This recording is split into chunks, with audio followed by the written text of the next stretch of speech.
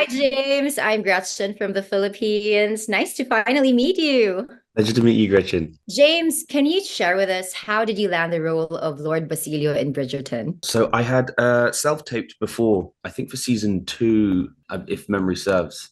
But then while I was doing a play in Liverpool, I got an audition through from my agents with some lords that they were casting. I think they were using dummy sides. In sheer coincidence, I was doing a play in Liverpool with Martin Sarial we were sharing a dressing room, who was our other Filipino lord on the season. And Lord Barnett. Lord Barnell, and we helped Yeah, each other tape. So we helped each other audition for it while we were playing Filipino seafarers in Liverpool, and then got offered maybe a month later to join the cast filming in July. that's awesome. So far, what was it like in the set of Bridgerton while you were working with the cast and the crew? It was so gorgeous. I think my first block of filming was incidentally episode two, and we were filming in this amazing stately home in a place called Osterley in West London. And I think just walking on set, because we were sort of kept on our trailers, put on hair and makeup, and then walked over, and then just seeing this amazing house that had been sort of decked out with all of the Bridgerton sort of panoply and decoration and the carriages outside. It was walking into that sort of fairy tale. So when it came out, Bridgerton season three, did you feel the love and the support of the Filipinos when they saw you as Lord Basilio?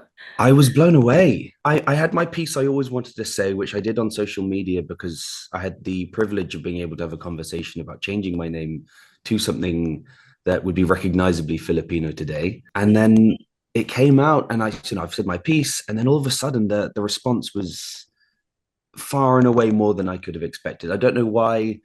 I should have considered a bit more, having had the pleasure of being in the Philippines recently Yeah. performing and seeing the kind of response you can get. But I'm still shocked. And I think because I filmed it back in 2022, Mhm. it was so long in the brain. So for it to finally be out and to see so many people responding so positively to what was my effort to make sure that I represented my heritage was incredible. At what age did you want to become an actor? I was going down in school the very traditional route of studying science. I was studying biology, chemistry, physics, and classical civilization as a wild card. But I'd always acted on the side. And I think I remember acting for the first time in class in school when I was maybe seven. And then it was when I left formal education and started taking a bit of time off the treadmill of school that I thought I need to actually figure out. And I thought if I don't try drama school, it will always be a what if. Yeah. And I got in and I thought this will work out if I want to be an actor. And then by the end of week one, I thought, oh no, I'm an actor. I'm an actor. So what age is that? I started drama school when I must have been 19. And that was when 19. I think formally felt like I had a sense of vocation about what it is to be an actor.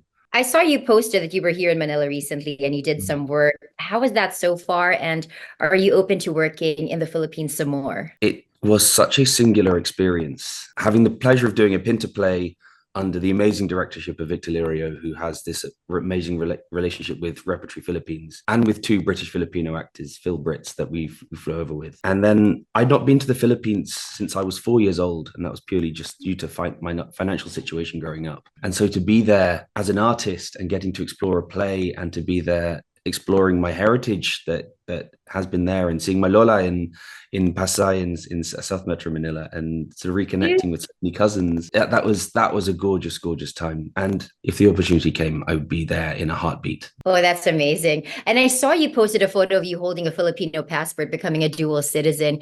Can you tell us about your Filipino background? So I am Filipino on my mother's side. My mother was born near Naga City, and Bicolano. yes, Vigilana, and but I was born here. But I always knew I had the birthright citizenship. And there's always sort of, I think it's just getting to that point where you finally do that admin. And then when I finally did it at the end of last year, I thought, I can't believe it's taken me this long, because there's a great sense of pride in being able to affirm both parts of my identity with these passports. I think they're symbolic. Do you have any Filipino favorite dishes, some customs? Do you speak Tagalog? I wish I spoke Tagalog. Yeah, we didn't grow up bilingual. I think that's part of growing up in Wiltshire as a county. But we always ate Filipino food at home. And my dad met my mum out in the Philippines. He was working in the Philippines in the 80s. So he has an appreciation of Filipino culture. And he speaks more Tagalog than I do, Really? as a white man. Yeah, growing up, I think it was always, in terms of celebration, having the lumpia, being able to enjoy your pancit on your birthday. But of course, lechon has got to be the first love. You know, It's Wiltshire, where I grew up, is a pork county as well, and so I think I marry my English and Filipino with pig. so you grew up there in the UK, is that correct? Yes, yeah, that's right. There in the UK. So I grew up in an area of a city called Salisbury, which is famous for Stonehenge. We had some poisonings there with Russian agents a few years ago, which is maybe not so good to burnish. But yeah, so I grew up in that area. So that's where I feel like I have my founding experiences as a person. So far, how has being part of Bridgerton changed your life? I think just that sense of excitement because the industry is not in the most vital time here in the UK and in the US maybe. And I think it's been a wonderful reminder of when those right jobs come along.